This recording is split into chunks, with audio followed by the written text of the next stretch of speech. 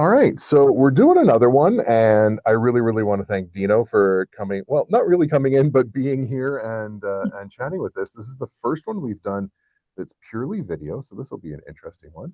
But how's your day going? Or that's purely, or that's purely audio, I think. Yeah, we're just audio right now. Yeah, yeah. Yeah, no, it's going very well here. I'm very happy to have the opportunity to talk to you, and I'm excited to chat. Yeah. Yeah, So it's Dino Caruso. Yeah, am I yeah, pronouncing that right? Perfect. absolutely. Yeah. And you're another sort of Canadian content creator, a Canadian comic creator. The problem saying content creator now thinks makes you think like TikTok and stuff like that. Yeah. But you're I, based out of, forgive me if I'm wrong, the Hamilton area. I'm right in the center of Hamilton, right in the bullseye area. Perfect. Yeah. And which is a bit different because everybody we've been talking to is based out of sort of the London area. So it's nice to expand the circle a little bit. Not Um, too far. Yeah, I think it's around an hour away by car, maybe a little more. McMaster's right there, and Absolutely, McMaster. There's a great comic book store. There's a great comic community here. Yeah. I've been hearing that, and just from my own personal research and stuff, I assume the comic book store you're talking about is Big B. Yes, absolutely. Up on the mountain. It's been a staple of the Hamilton community for, oh, I'd say decades now. Yeah. Yeah. And so I when we initially talked, I do work on WECA comic books, on World War II Canadian comic books, and a couple of the owners were involved in the creation of the WECA comic book price guide and stuff like that. Well, that's terrific. So Hamilton has a great community, and I know that they have like sort of a great comic book community and a great and Big B and stuff like that. But do they have a creator space or a creator community? There is a new con that just started, and the name of it is escaping me right now, although it's kind of the equivalent of a TCAF sort of thing on a smaller scale. And it's been happening at the Hamilton Public Library for the last couple of years. I actually haven't had a chance to get there, but yeah, I think that the creator space and the creator community is really starting to grow here and really starting to make a name for itself. That's fantastic. I love hearing that, and Yeah. um, just one more thing to add to my list to go to. Um, Yeah, actually, me too. It's funny. I'm a local, but I haven't had a chance. The timing just hasn't worked out for me, but I'm looking forward to getting there.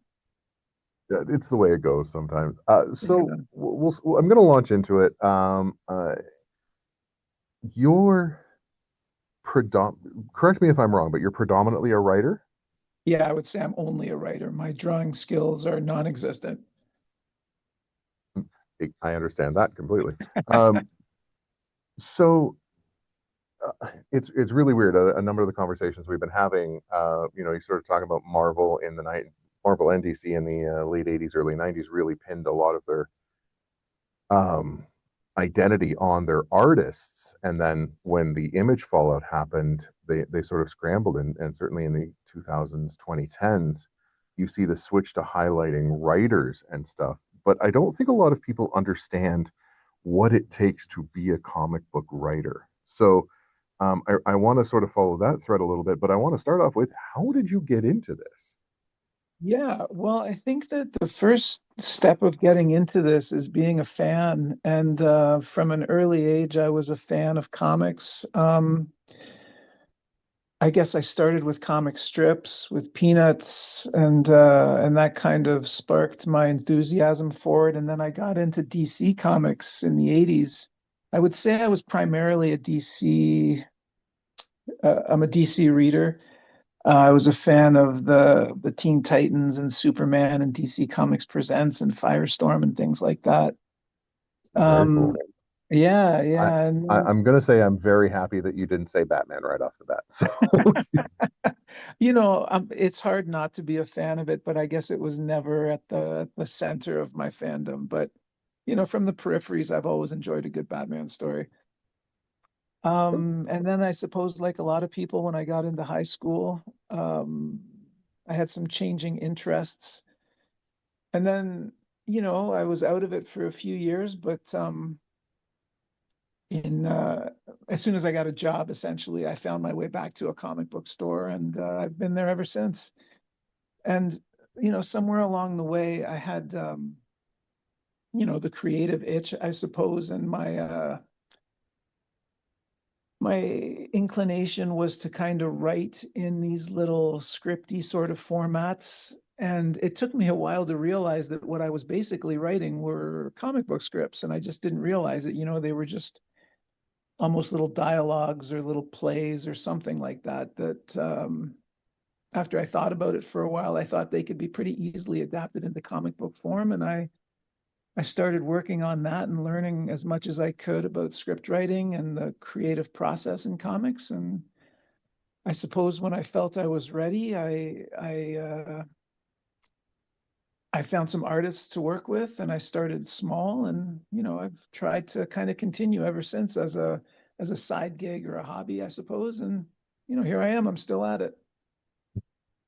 And that's like it one thing that's been a common thread in all of these talks and stuff like that is finding those collaborators to sort of spark it and and Yeah. and work on it. But before I go there, is your background like, do you have an education in script writing and literature, or? No, no, nothing like that. I went to university, and when I was in university, I studied psychology and economics, and then I got a Bachelor of Education. And I was a teacher for a very long time, and I'm just kind of right in the process of retiring from everyday teaching, and we'll see where the future takes me. But no, I didn't have any formal training in script writing. I just kind of learned it along the way, I suppose. And so, like, it's really positive for a lot of people to hear that you don't need a formal education in it. But my question starts to become, what was your sort of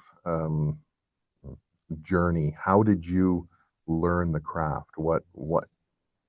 Yeah, we'll leave it Yeah, there. yeah, no, I think that's fair. I think that the very first, I kind of jumped into the pool, to be honest with you, without knowing exactly 100% what I was doing. And I remember the first artist I spoke to, I presented him with the story, and he looked at it and he said, "Well, this needs to be broken down in a slightly different way. Like, the story was there, the beats were there, the dialogue was there, but it wasn't particularly written in what would be a comic book format." And Mhm. so I kind of had to learn on the ground and learn while I was running. And then after that, there are resources online and that you can buy at bookstores. Like, there are resources that have examples of scripts in them. And I just started to digest as many of those as I possibly could. And the one thing I learned, or the one thing I saw, is that there's really no um, standard. I mean, there are the broad strokes of what you have to do, but there's no standard way it needs to look. It's not like when you're writing a movie script or something like that. There are very, very stringent uh, guidelines you have to follow. With a comic book script, there's some room for interpretation and a little bit of wiggle room for how you write it, as long as you get the major parts. Perfect. And Yeah. so, yeah, I guess that's what leads into it, and the next sort of questions and stuff lead follow through with that is you talk about sort of finding those major beats and stuff, and it's not exactly like writing a movie script or things like that. But um, my question is going to be, um, how do you find those beats? What's your process? Sort of, what do your scripts look like? I'm going to hit pause for just 2 seconds, Dino. Yeah, sure. I want to make sure that this is recording and then I can hear you. Absolutely. Yeah, no problem. Actually, I'm just going Hold to on. pop my head out the door for a second. I have to ask my son a quick question. Not a problem. Nope. I'm seeing the green, so I am getting you in this. You're good. Okay. Hey, Corey, is the guy gone? Okay, sounds good. Thanks a lot. Okay, sorry about that. I'm back. No worries. I'll edit Yeah. that out. So Okay. I'll go 3, 2, one? Yeah, so in terms of the process, or in terms of the scripting, I suppose that there's two levels of it. The first level that I do is to come up with what I want the story to be. And when I do that, I'm just kind of working informally, either on a computer screen or on a notepad or something like that. And I'm just coming up with the major parts of the story, the beginning, the middle, the end, the problem, the solution, the characters, the setting, all that stuff. But then when it's time to script, then it needs to get broken down into pages and into panels. And that's the part I actually really like. Um, there are longer stories and there are shorter stories. And I've written a bunch of stories for anthologies where the length of the story can start at one page, and go up to 10 or 12 pages, something like that. And then, if you're writing a full issue of something, that's usually 20 or 24 pages. If you're writing a graphic novel, that can be from 80 to 100 pages. So um, the basics are, I suppose, to break down what's going on the page. And then as soon as you're on the page, you have to break that page down into panels. Um, and I'm not sure if I'm exactly answering the question you asked, or if I'm getting lost in the weeds here, but I think what I'm trying to say is that um, there are scenes, there are pages, there are panels, there are chapters. It's like um, there are some essential parts that you have to kind of cover in terms of how you want the story to be structured. And then when you're in the story, you're kind of breaking it down on smaller and smaller levels. If that's clear, or if that Mhm. makes any sense. Yeah. It actually does. It does Yeah. make sense. And so, but then I guess I'm gonna ask, do you ever get the time where you have like an idea for specific lines, specific scenes, and then you have to figure out how to work that into it? Yeah, absolutely. And actually, that's the problem solving of it all. It's kind of like a puzzle in a way. Um, you have to find a way to tell the story in the number of pages that you have.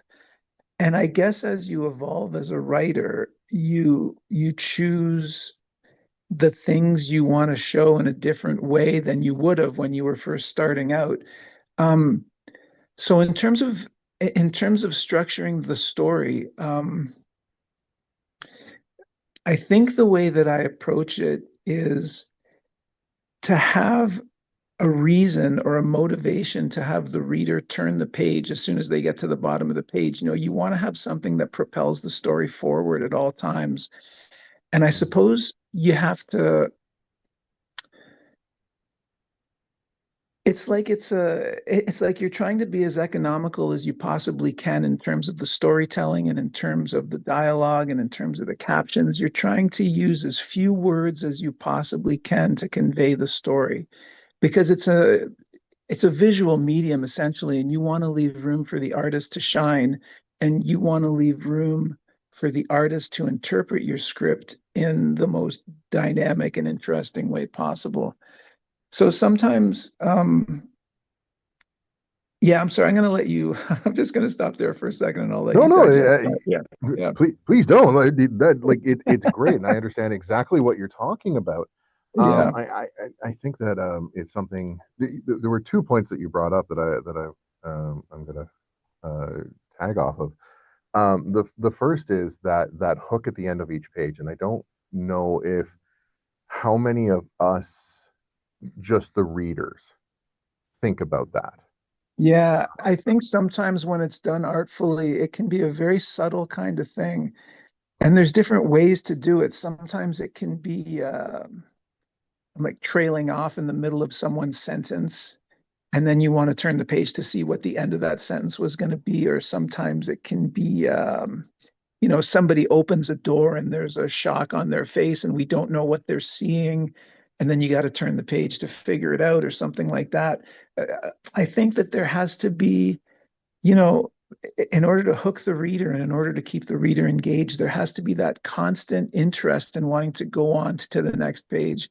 And there are some, if you look at what the masters do, sort of like there are really cool and subtle ways of propelling that story forward and making it an action an action scene that you want to see the conclusion of.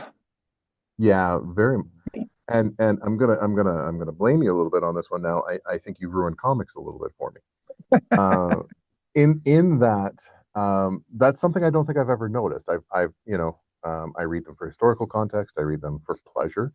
Um, but I don't think I've ever looked for that, and it's now going to be something that I'm going to be doing. And I think that for anybody listening, for people who want to get into it, paying attention to those masters, to the people who do it so well, and reading your stuff and things like that, finding how you guys, the writers, are getting us to turn the page. That's Yeah, a really cool little insight. Thank you. yeah, it's something that I'm still constantly thinking about and constantly trying to learn. And I can't say I do it at the bottom of every page, but I really try to have it in my mind when I'm writing something that the end of a page needs to be something that's memorable. The end of a page, Hmm. it can't just be mundane. It can't just be regular. It has to be something you put some thought into. Um, instead of just kind of racing through it to get yeah instead of just kind of racing through the script, I think that there needs to be that examination or that reflection on exactly what's happening at the end of a page. I think you kind of owe it to the reader to have the end of a page be something that's a little bit special. And in that instance, a number of people sort of likened comic book writing to traditional script writing, be it theater or movies or television. But I I think what you're saying, and it it takes it a bit further. It takes it in a different direction because scriptwriters aren't worried about that. Well, They're it's a they're not different worried about. Go ahead, please.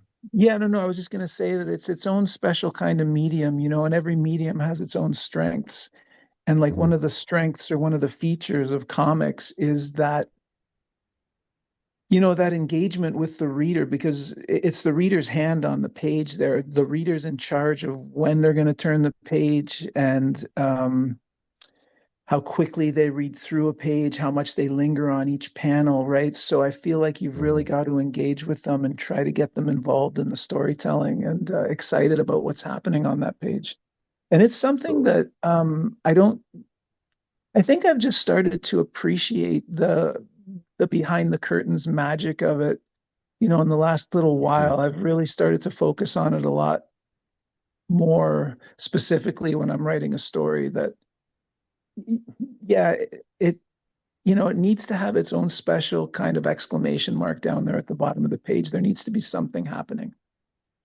Though I will say, and it's interesting. I was likening the analogy to film in that script writers, film script writers are lucky that they can just hand it off to the director to do all of that stuff. But Yeah, your yeah. analogy and the way you're working on it is that the reader is in sense the director, but the writer can provide the hook at some of the pages, and sometimes to get yourself out of it, you can rely on the artist to provide that hook for turning the page. It's that collaboration, it's really Hmm. I've always envied the cartoonists who write and draw their own material because they are yeah, it's an amazing combination of skills to be able to write and draw effectively. And I think that people who can do that are just supremely talented. But in Hmm. terms of what I do, yeah, I rely on the collaboration and on the artist's interpretation of what I've written too. So it's one of the coolest things ever to open up your inbox and see pages from an artist there and to see exactly how they interpreted what you wrote, to see how it matches up or how it's different from what you envisioned in your mind's eye when you wrote it. It's a great it's a rush. Uh, we're going to circle back to that in a second. Yeah. But you also mentioned economy of space, an economy of verbiage, and I find it fun in a lot of the online discourse and people that I'm talking to. Some of them really want to go back and try and read Golden Age comics, and they're finding it incredibly hard because they're so verbose. Yeah, yeah, that's interesting. Yeah. I remember Um, reading or I'm sorry, go ahead, go ahead. no, no, please, no, no, please, go ahead. I remember reading or I remember one of the criticisms or one of the jokes or kind of one of the observations about comics from, the golden age is that often, and I'm thinking specifically of Superman comics, but it would be a picture of him kind of lifting something up over his head, and he would be saying, "Now I'm lifting something up over my head," and it would have Hmm. redundancy between the dialogue and the art. And I think that that is kind of a way to lose modern readers now. If there's that redundancy, I think that it's interesting, but sometimes the art, eh, and like this is one of the unique things about comics too, because the art and the dialogue or the captions in a specific panel can be contradictory, that they can be complementary, that they can be two totally different. It's like it can almost be unrelated, and it's one of the unique kind of kind of features of what comics brings is the interplay between the words in a panel and the image in a panel, and um, how it propels the story forward, or it can take the story on a different track, or it can influence the way you're interpreting the story. And sorry, I might have got lost there for a second, No, but no, yeah, you're good. yeah, This is exactly. And it, it, it's in a lot of ways it is a medium that wants to show and not tell, but there's things that have to be told, and this will segue into sort of the next area that I want to talk about. But it's like, how do you convey that to the artist that you're working with? yeah. I think it's a little different on each script. I find that a lot of the artists I work with now are artists that I've already worked with or have a relationship with.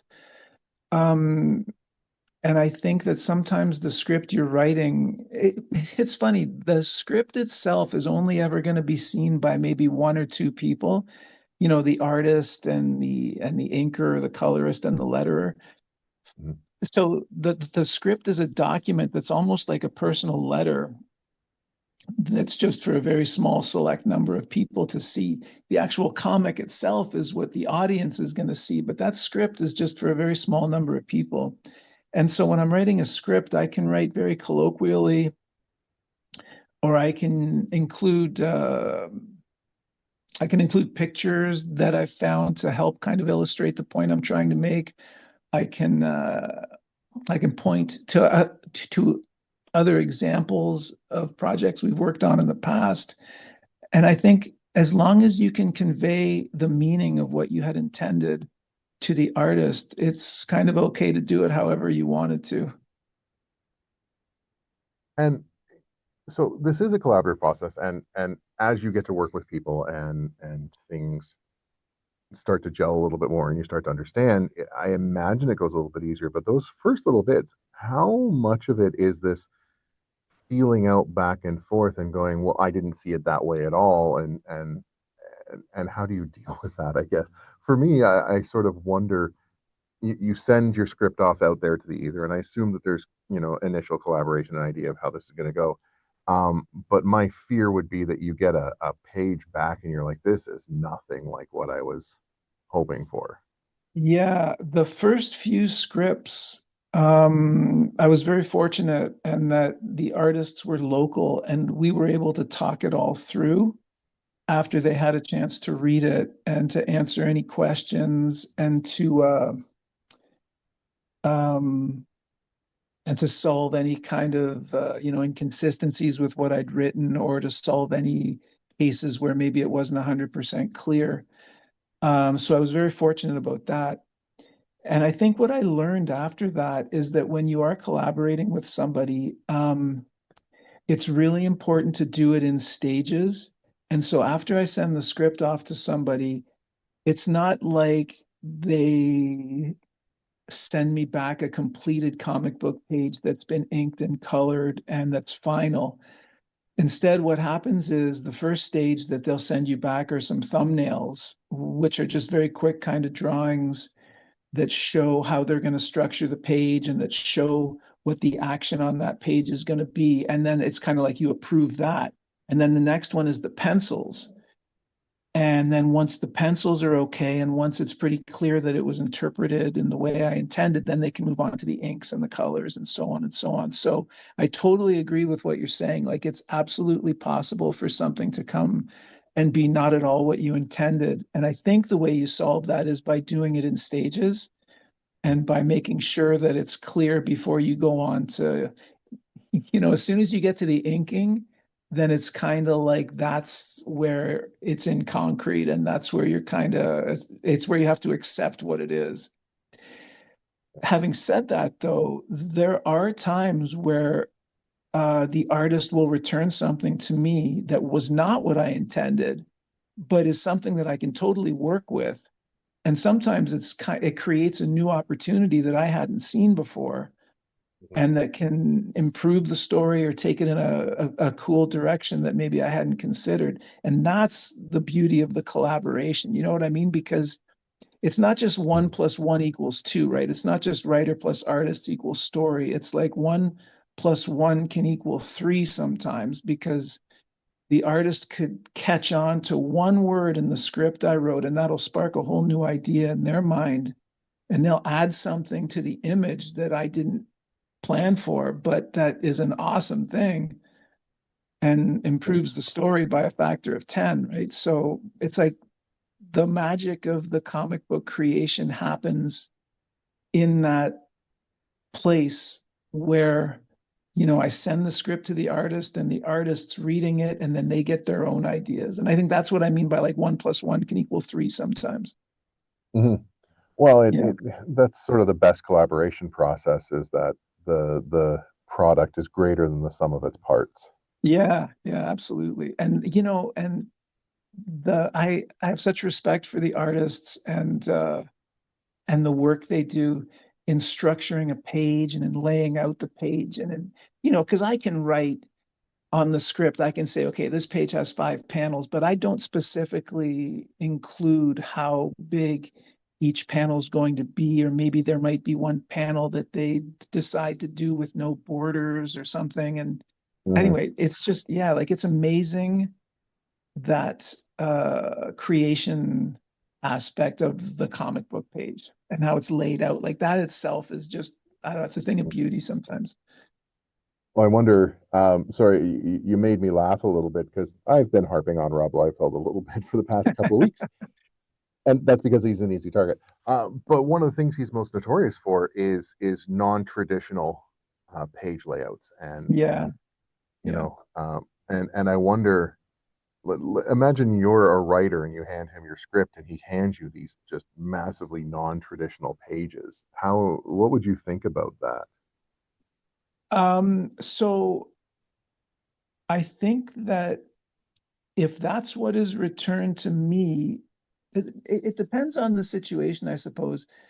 But I love receiving a page and kind of having that page make me go back to the beginning of the writing process and figure out, okay, so here's what I have to work with. Now I'm going to change the dialogue a little bit. I'm going to change the caption. I might have to throw a caption in there which explains how we got from panel 1 to panel 2, and that's cool. Mm. And I have to make sure that the reader's eye is going to go in the correct order. So maybe I'm going to ask for the word balloon to go on top of the panel border to make sure that they read that panel next. It's like it's a puzzle, I guess, And I love that aspect of it. I would consider it a terrific challenge to receive a page that had a non-traditional layout, and I would work really hard to try and make it work as best as I can.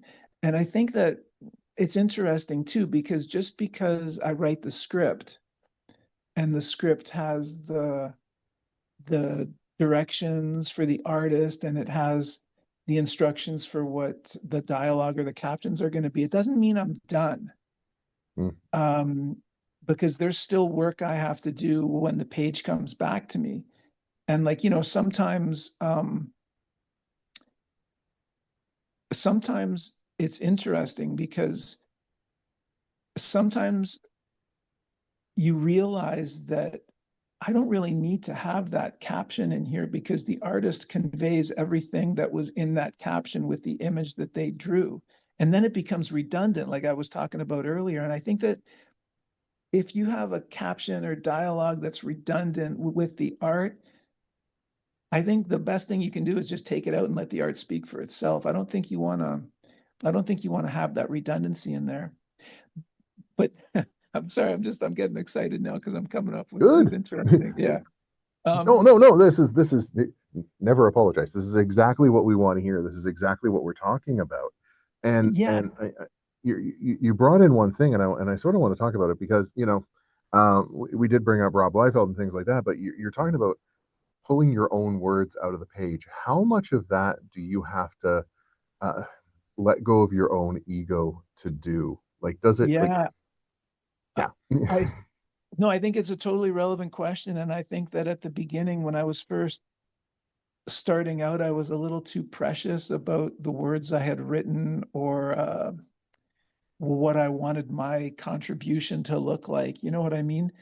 And I Hmm. think like, and I think now the way I look at it is that whatever serves the story and whatever helps to make this story the best comic book story it can be is what I want to do.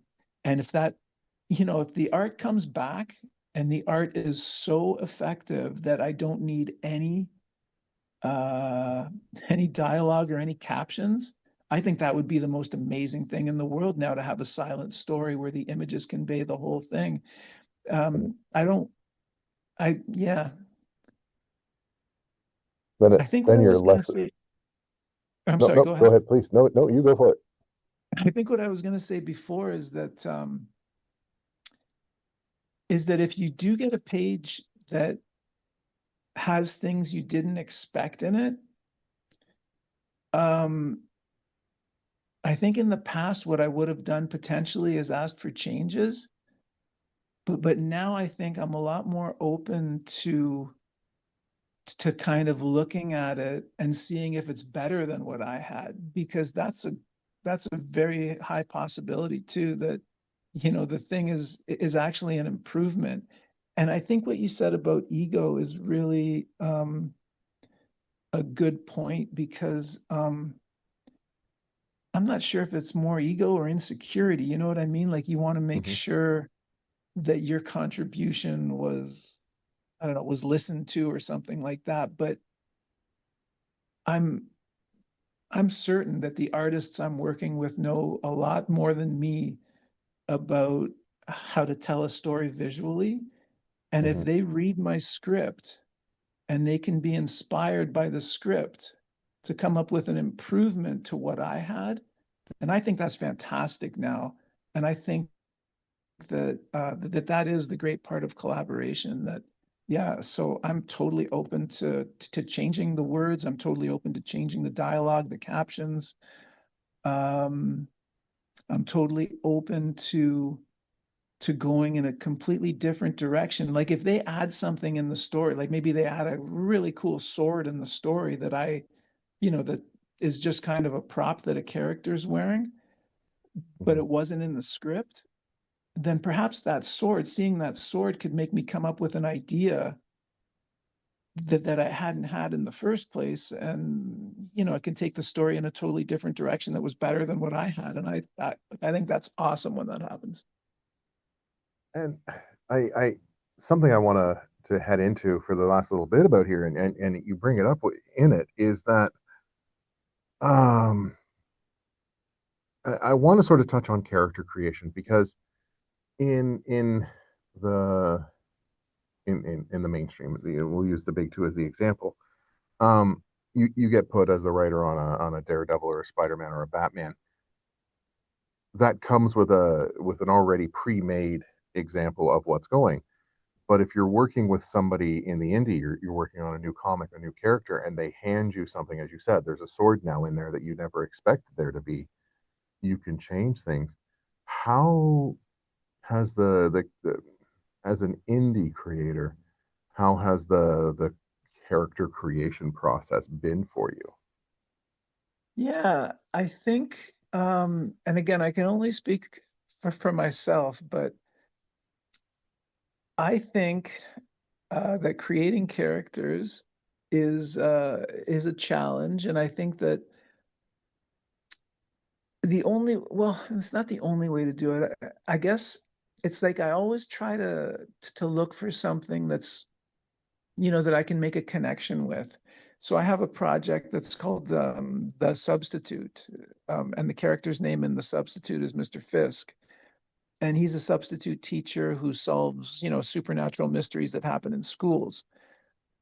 And he's actually a substitute teacher. And I was a substitute teacher, and I can't exactly remember what happened, but I'm sure in some form, in some way, I said, huh, wouldn't it be cool? You know what I mean? I just tried to make a connection to my own life and my own experiences.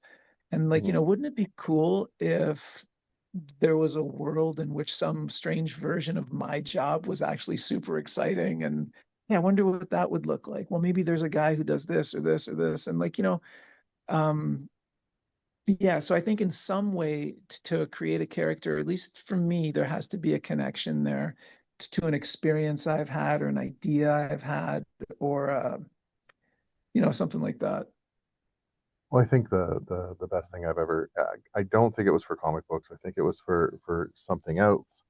But the sort of the best line I've heard is write what you know. Yeah, absolutely. Uh, but at this, no, please go ahead. No, I think I was just going to say that and again, it's like, the character that the writer comes up with in comics is kind of like half the story. Because the artist's interpretation of what that character is going to look like or what the world he or she lives in is going to look like really informs a lot of what the story is going to be too. So there's that constant back and forth with the experiences of the writer and the artist that combine to create the character, I suppose. And I think that that's important. We all, I think, just about anybody who's read comics has wanted to create a character at some time or another. And I think you're touching on it that it is a collaborative process and has to be, I guess, particularly if you're Yeah. on the writing side. Yeah, Um, absolutely. Yeah, you have to be open to what the artist is going to contribute. And I think that that openness is the gateway to a lot more creativity too, and a lot more possibility than if you're just kind of, you know what I mean? Like if you have tunnel mhm. vision that it has to be this way and this is the only way. I think that you might be closing yourself off to possibilities. And yeah, so we look at sort of the history of comic books, and some of the greatest stuff in comic book history has come out of really good collaborations. Obviously Stan and Jack being the one that stands out for most people. Yeah. But Yeah. going through the Canadian Golden Age stuff, particularly for me, Ted McCall and Ed Furness really did some amazing things together. Uh, and I guess sort of two of the things I'm going to highlight before we move on is that we've talked about is finding people to work with that collaboration and being flexible within it. Yeah. If I'm Yeah. I think that's summarizing really that good. nicely. Yeah, no, I think Uh, you're absolutely right. so I want to touch on your stuff and the things that you've created, and I'm going to ask the hard one. I haven't asked this of anyone yet, so hopefully this goes well. We'll see how this goes. Yeah. Do you have something that is your particular favorite that you've created? Oh, that's really interesting. I think that the project I mentioned, the project called The Substitute, is a big favorite of mine. And I think one of the reasons that it's a favorite of mine is that I created it with a really good friend of mine whose name is Sean Richardson. He's the artist on it. And I think that, whenever I think of that project, it's like, um, I, I think of the actual comic that we created, although it's the friendship too, and the times we had at the coffee shop talking about how we're gonna proceed or what we want to do, and you know what I mean. It's just a really nice feeling to think about the creation of that project. And having said that, though, like all the projects I've worked on are great, but I suppose if yeah, I suppose that one has a little bit of a different place in my heart. Is it something that you'd go back to? Yeah, absolutely. Absolutely. I've plotted out it's a four issue series that we have. It was published by Caliber Comics, and we absolutely would return to it. We've got the next story all figured out. It's just working in indie comics, it's hard to it's like you never know. It's a lot of time investment to do another four issue series, and we're not quite at the point in our lives where we're ready to go forward with it. But we've both agreed that we'd like to, and I feel like we could get it published again with the same publisher. It's a time issue. Hmm. And I Yeah. think that a lot of people don't quite realize how much time goes into um, creating a comic book. You Yeah, know, well, especially in indie comics, I think, and that's one of the things I always say. It's like a lot of times, you see a message in a forum or something like that that says, what's the number one piece of advice you have for an indie comics creator? And I always want to say, be patient because the people you're working with all have full-time jobs. A lot of us have families. And, in indie comics, the the paycheck isn't always great, right? So we're doing it for love. And it takes time because there's always priorities in life that you have to kind of focus on first before you can, work on a page of comics. yeah, it's a really interesting scene in Canada, and one of the things I've been touching on is sort of the lack of a Canadian comic book industry. It's not that there isn't one, but it's a very indie scene, Yeah. and it works on that indie timeline. And I think a lot of people, when they're thinking about comic books and stuff, they're looking at the big two, the big three, and going, well, why can't it be like that? Yeah, no, absolutely. And I think that again, sometimes, sometimes when you're working on an indie comic, you can, it's happened to me more than once where you kind of make an agreement to go forward on a project and there's a few pages that get done, but then something else comes up for the artist, and they have to stop. And it's like a lot of times I've got these sort of, there's a few little orphan pages of a project that just never went forward, or it just got to a certain point and then it stalled, and there's not really much you can do with those 7 or 8 pages. And you just kind of have to cut your losses sometimes and move on to another one. It's almost a miracle when an indie comic does get completed, to be honest with you, like, because there's a lot of obstacles and roadblocks that can happen. And so I have the highest amount of respect for all the indie guys who are out there working and completing projects and getting stuff done. Very much so. It's peeling back the curtain a little bit as an outsider. It is quite incredible how much um, self-sacrifice and removing of the ego has to go into this indie world that is the dominant marketplace in Canada. Yeah, I So, mean I love going to a con like TCAF, for example, and just checking out all the hard work that the creators have been doing kind of behind the scenes in anonymity. And it's such a celebration to see their completed projects. And mhm.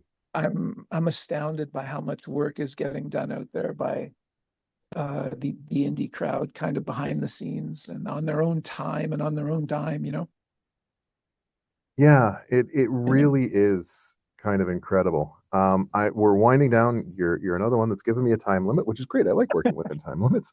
Okay. Um, I so seeing your stuff at the convention and sort of going on your website and seeing the published stuff, I didn't see any superhero stuff. So the first thing I'm going to ask is, am I wrong? Did I miss any superhero stuff?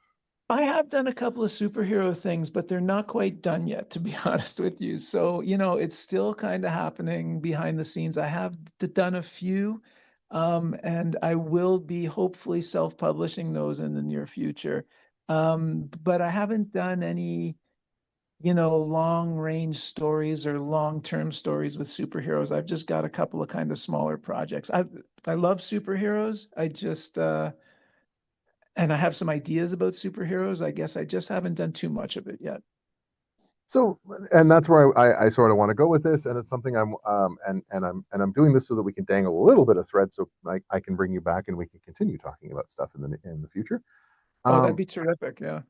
why Canada seems adverse to superheroes, and you grew up with them. You talked about them. You mentioned Mm. Firestorm, which made me really happy. He's sort of one of my Oh, hidden love, favorites. love Firestorm. Yeah. Ronnie Raymond. Why? So you grew up with it, but you've only, like there's still projects for you. There's nothing you put out there. Why is that? Um, so I can only speak for myself, I suppose. Um, that's interesting. I, I you know what? I'm not even sure if I know the answer. I suppose that, um, well, there's a lot of superheroes out there already, and there's a lot of, and like people know all the major superheroes, right? Especially now. I mean, with all the movies and everything, everybody knows the Marvel and the DC characters. Mhm. And I suppose I feel like maybe it's a little hard for me to compete against situations like that. Or like I wonder if anybody would be interested in that at the table at a convention when they see like my superhero. Um, and perhaps yeah, you know what? Sorry, I'm not sure where I'm going with this answer. I think what I want to say essentially is that a lot of the stories I work on and like who knows, maybe a lot of genre stories in general are kind of superhero adjacent anyway. It's just Mhm. that they're not wearing costumes, right? The story I talked about, The Substitute, and the teacher's name is Mr. Fisk. He's just a guy in a suit, but essentially, I mean, that's kind of a superhero story because there's a guy fighting monsters somewhere. And like, you know what I mean? He's got his own Mhm. special powers and abilities, I guess. I'm just reluctant to go into creating superheroes with costumes and with superpowers because it's hard for me to compete against the big ones that are already out there. Well, it's interesting. You sort of touched on two things. One is that I guess I'm going to eat my own words here for 2 seconds. In that Canada doesn't have a lot of capes and cowls, but as you mentioned, um, characters that are superhero adjacent who do super things but are in a suit and tie. We Yeah. do have quite a rich history of that, and maybe I should revise my thesis on that a little bit. Yeah, Um, yeah, it's interesting. Like I think that it's the same kind of genre storytelling and it's the same kind of genre storytelling. I guess maybe it just doesn't have all the trappings of a superhero mhm. story, but essentially it is a superhero story. I mean, like, yeah, yeah. Anyway, sorry, go And, ahead. no, and at the same Yeah. time, you mentioned, and everybody else has that super. Everybody I've talked to, this superheroes are sort of this American thing, and there's a whole bunch of recognized, well-known ones, and it sort of feels like, hey, we're doing this too, not this is my thing, and Yeah, yeah. and I wonder, just thinking about it from my sort of point of view, is the what it what it would necessarily take, or is it even something that should be taken, I guess. You know, I really don't know the answer to that. And it's actually a great question. I'm not sure if I've ever thought about it like that. Like, why aren't I doing more superhero stories? Um, I'm not sure exactly what it would take to kind of convince me to to go forward with something like that. I feel almost in a way like I don't know, like I'm not qualified to do it. But I I am qualified to write a story about a guy in a suit and tie who carries a briefcase who kind of deals with like, zombies or vampires or something like that. But I don't know, it's harder for me to imagine myself writing a superhero story at this point. Um, I take it seriously, I suppose. Like I like superhero comics a lot. Like a lot of the books I buy at the comic book store are superhero comics. I guess I just don't feel quite ready to write one yet. And I know that's not much of an answer, but um, No, yeah, I think it goes into it is that yeah, the particularly serious people, the ones, you know, you need to find what you're comfortable and ready to do, and it it's interesting that you haven't thought about it, and I'm hoping that we can circle back and I can pick your brain again to see if you've mulled it over any. yeah, yeah, absolutely. It just dawns on me too. Sometimes when I'm at a convention, um, and I'm not sure if this is true, although I wonder if the people who collect superhero comics already, I wonder how open they are to picking up an indie comic about a superhero that they're not Mhm. familiar with. And I wonder That's a sometimes if, yeah, like I wonder sometimes if people at comic book conventions are just more open to other kinds of, horror comics or mhm. action comics or something along those lines, to purchase something like that from an indie creator. Um, and like maybe they want to get their superhero comics, or maybe they want to get their superhero um their favorite characters at a comic book store when it's a character that they're already very familiar with. And Mhm. I'm not sure. Maybe I wonder if that has anything to do with it. Well, that almost starts becoming um, uh, forgive me for using the term, but an Ouroboros. It's just going to continue to eat itself. You don't bring superhero comics to the like take the London Comic Convention just in November. Out of everybody on the table, I think there was only one or two superhero books out of all the people there. So Oh, that's really interesting. I didn't actually have a chance to walk around too much at that show, but that's interesting to hear. yeah, so it's you know, I'm you know I'm going to a convention knowing there's not going to be so much superhero stuff, so nobody buys the superhero stuff, so nobody produces the superhero stuff because the people going there don't expect it. You know what I mean? Yeah, Like it's this yeah, that's cycle. interesting. Yeah, yeah, yeah, for sure. And you know what? There are a lot of great superheroes out there in the indie world too. So I'm sure that it just depends maybe on what the creator's interests are. And actually, that's really interesting too. It's like I wonder if you have to, it's like I'm a fan of superhero comics, but perhaps that's not where I feel like the strength is for me in terms of writing. It's like Mhm. I wonder if it's a different set of muscles that I use when I'm reading comics, or like when I'm choosing the Mm, comics I want to read as opposed to the ones that I want to create. And like I wonder if that's true for musicians too. Like I wonder if you're a heavy metal fan, if you can write country songs or something like that. Like maybe, mm. it's a difference. Yeah, like maybe I just don't have the particular set of muscles or the particular skill set to work on a superhero comic. And maybe the stuff that I'm a little more interested in creating is like, slice of life or horror comics or something like that. Well, I find that really, really interesting. I'm going to challenge you on that for just two Yeah, seconds. In sure, that, sure. I wonder if that thought in your head, and this comes down to the media that we consume and who we read versus what we do. Um, all the comic books that you listed off were DC characters, Yeah, and yeah, you talk about wanting to do, or you talk about writing and seeing your writing and stuff, were more slice of life, more grounded, more people, human yeah. stories. But DC doesn't do that, you know, and that's and it's not a negative against DC, but DC has always been sort of the gods among men. Right, absolutely.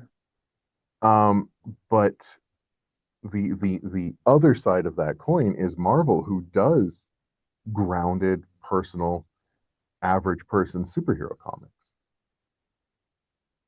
That's a And really interesting point. Yeah, that's super interesting. Just, I'm not sure kind of how I wound up on the DC side of the block as opposed to the Marvel side of the block when I was a kid, but that's a very interesting point. Um, now you've given me something to think about there. Yeah. well, it's an interesting thing, and that's why I'm having so much fun having these conversations because you talk to people and you realize that I think we've all heard it, particularly if you've gone to university and stuff like that. It's, you know, what you consume affects you and integrates you. But I don't know how much of us actually think about that or really Yeah, process it. And just, having you talk about it right now made me think, well, you were talking about a grounded hero that runs around, but you're comparing your superheroes to the gods yeah, because yeah. because almost what you were talking about from a very superficial level, and I'm gonna recommend people do not take my analogy too terribly much to heart, but to go read your stuff and make their own opinion. But you talked about a guy in a suit and a tie running around dealing with zombies and stuff, but that very superficially could be applied to John Constantine. Yeah, absolutely. Yeah, you're absolutely right. Yeah, I don't know. I don't know what it is about the way I view stories or the way I view creating comic book scripts and things like that that just kind of lead me away from writing a superhero character, at least at this point. I don't know. I'm not sure. Maybe I just haven't found the right character. Maybe I just haven't found quite the right hook or the right situation yet to dabble in that world. I 100% would agree with Yeah. that statement because you have to find something that makes you happy. Yeah. And I do wonder, just the historian in me, the anthropologist in me, is wondering how much of it is also um, the Canadian part of it that we are, I don't know, almost raised to be adverse to creating our own superheroes. Oh, that's interesting. Yeah, that hadn't occurred to me.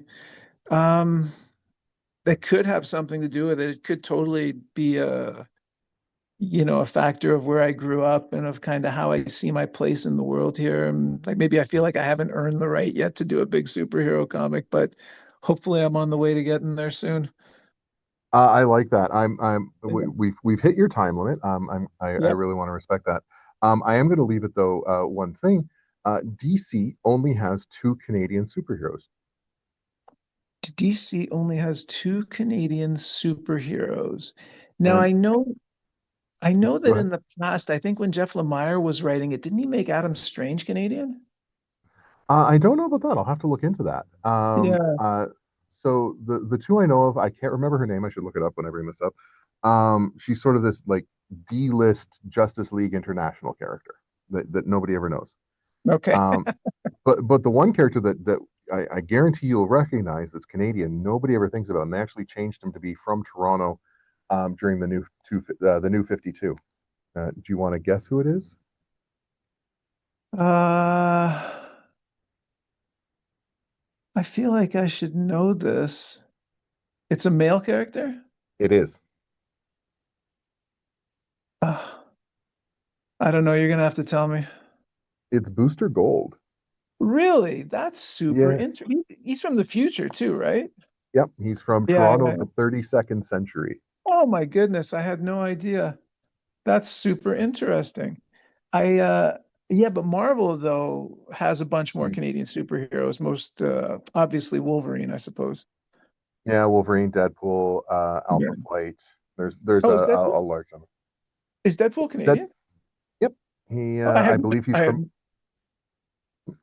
had I think to play on it, I believe he's from Winnipeg, which would make him Wade Wilson from Winnipeg. I had no idea. That's super interesting. So Yeah. there you go. I really, really want to thank you for taking the time and doing this. It's been a great conversation, and I sort of hate to cut it off as we're getting rolling, but that just means that we have more to talk about in the future. I would be happy to do this again. And it's really, I really enjoyed this too. Like I enjoyed the questions, I enjoyed the reflection that is as part of a process like this, and I really enjoyed your interest. So thank you. It was great to meet you at the con, and I hope you enjoyed the comics. I've been very much enjoying them. I'm going to post all your social media at the bottom of this video, so please check out your stuff. Please check out Dino's stuff, and we'll go from there. Okay, Um, and all the best to you, and I'm looking forward to part two. absolutely. All right, just hold on 2 seconds.